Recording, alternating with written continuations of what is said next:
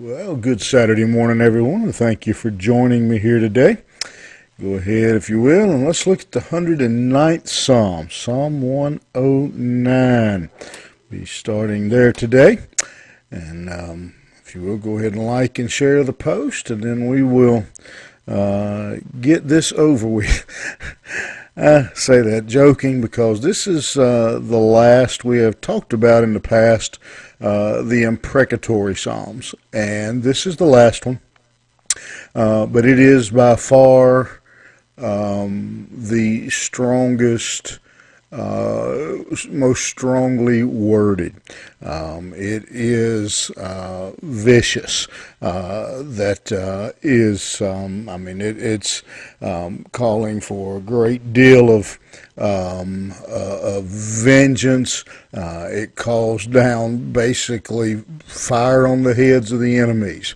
And it's caused a lot of problems. Well, all the imprecatory psalms to some extent, but in particular this one has caused us a lot of problems in the church because we just don't know how to deal with it. It's just not the way we talk, the way we pray. And I would start by saying that, just to remind you again that it's not the way we pray.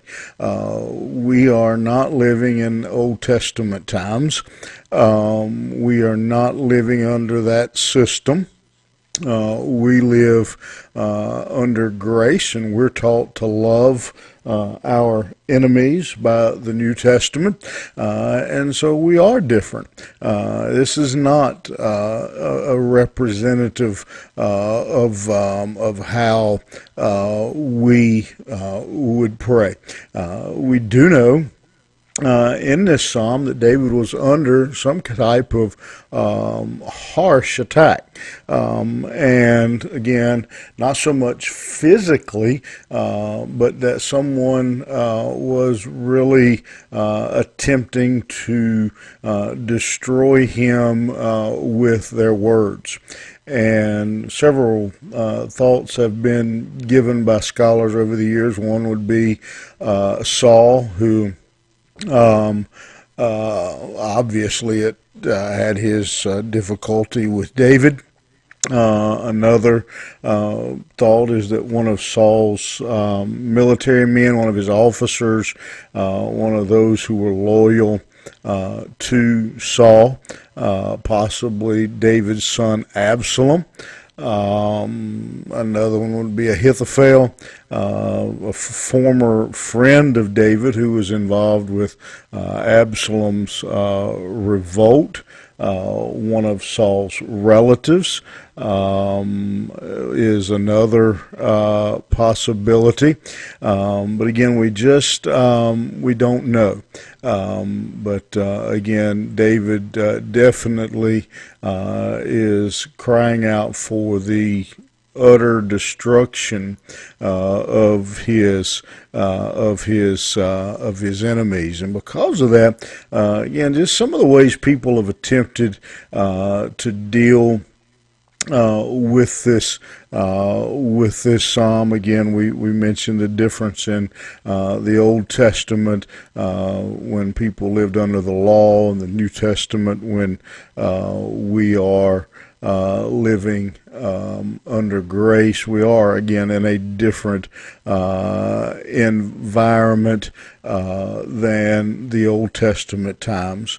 Another one is really, if you look in the Old Testament doesn't really differentiate between the sin and the sinner. And so it was fairly common to include a man's family in judgment. Some have looked at this as being a prophecy and looking forward to, say, for example, Judas and heaping the curses on him. Whatever you do with it, the curses remain. It is, again, they're there. You can't deny them. You can't take them away. And one commentary does something interesting, and one of my favorite writers, G. Campbell Morgan, agrees as well, and he assigns this. He says this is probably written during the time when David fled from Absalom, and so David would not be likely to put these curses on his own son, even though Absalom had rebelled, but that again, these were the words that were being said about David, and that's an interesting way to look at the psalm. And so, as we look at this, we're gonna try the best we can to New Testamentize. I'm not sure that's a word, but we're going to try to New Testamentize the imprecatory nature of this psalm and put it in light of a believer in today's time. And so beginning in verse 1, we're going to see how do we handle, how do we react, what do we do when we are slandered, when we are verbally attacked by others. And so in verse 1, David says, "Hold not thy peace, O God of my praise." And so we see a lesson here that we have seen numerous times throughout the book of Psalms.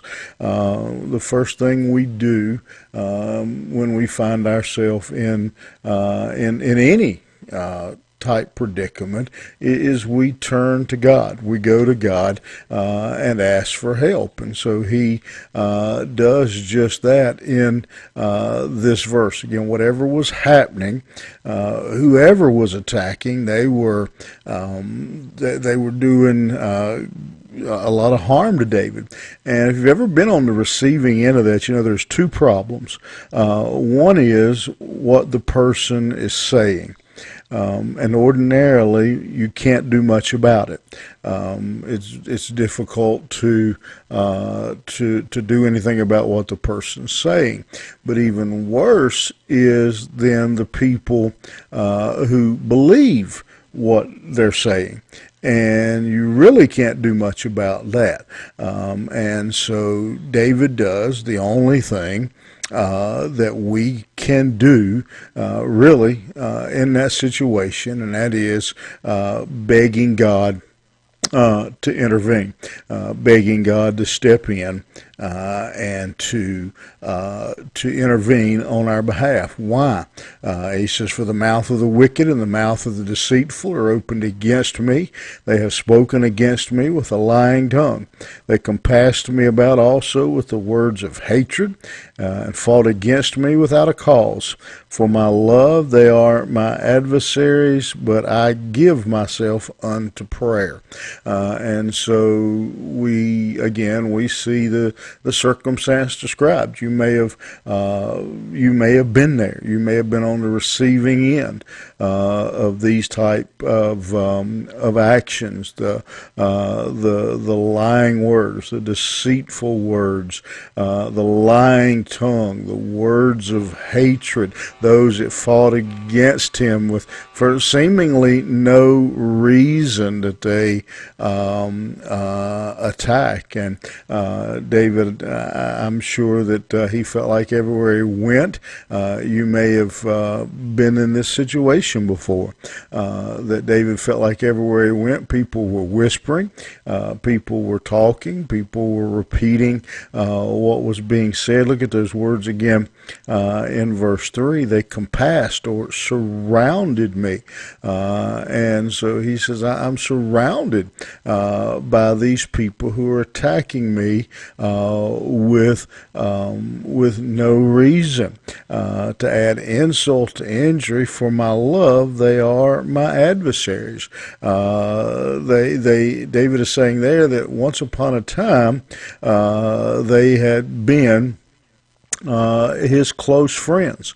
And so because of that, many people look and think perhaps this was Absalom or maybe Ahithophel that was attacking him. But somebody who had once upon a time been a close friend of David was now attacking him and now coming against him. And so he says, because of that, he says, I give myself to prayer, and they have rewarded me evil for good and hatred for my love.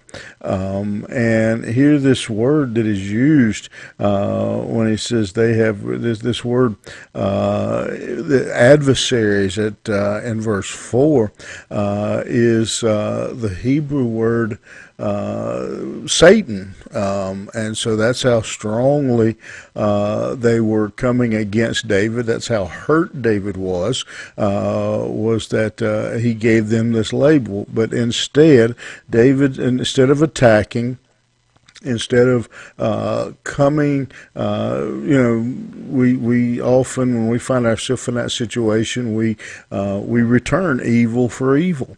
But David says, I give myself to prayer.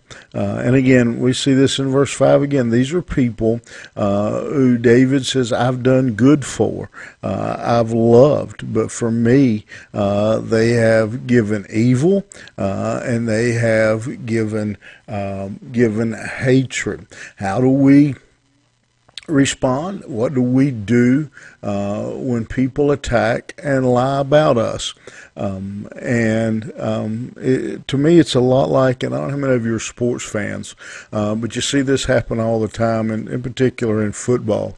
You'll see one guy jump up and hit somebody, and then the guy who was hit hits back. And it seems like it almost never fails that the referee doesn't see the first punch, but he sees the second one. And that's one of the things that seems like it happens to us when we try to defend ourselves or retaliate when someone lies on us or slanders us. It seems like people always see that and that we're the bad guy. But again, we're looking at this and we're New Testamentizing this psalm, but really we don't have to do that to this section right here because David teaches us what to do. We go to God in prayer. And I love, I read one author writing about this, and he says we can go, we really have three choices when someone hurts us, when somebody slanders us, attacks us. One is we can go to Satan's level. And that's giving evil for good, which is what we see here that David's enemies were doing. We can go to the human level, which is returning evil for evil, where we get even, where we pay them back. Or we can go to God's level, where we pay good for evil. And as believers, as New Testament believers, that is the commandment we live under. Jesus commands us that. We're told in the book of Romans that we overcome evil by doing good for our enemies, that we don't repay evil for evil. And we turn our battle, we put it in the hand of the Lord. And so we see here this one line that I would challenge you to remember today for whatever battle you're facing, whatever you are up against, whatever struggles, whether it's someone verbally attacking, whatever it is, I give myself unto prayer. I give myself unto prayer. Whatever it is today, let me encourage you to give it unto prayer, to give yourself to prayer, to trust God, to put yourself in His hands rather than taking matters into your own. All right, hope that encourages you today. Have a great day. We'll see you back here Monday morning.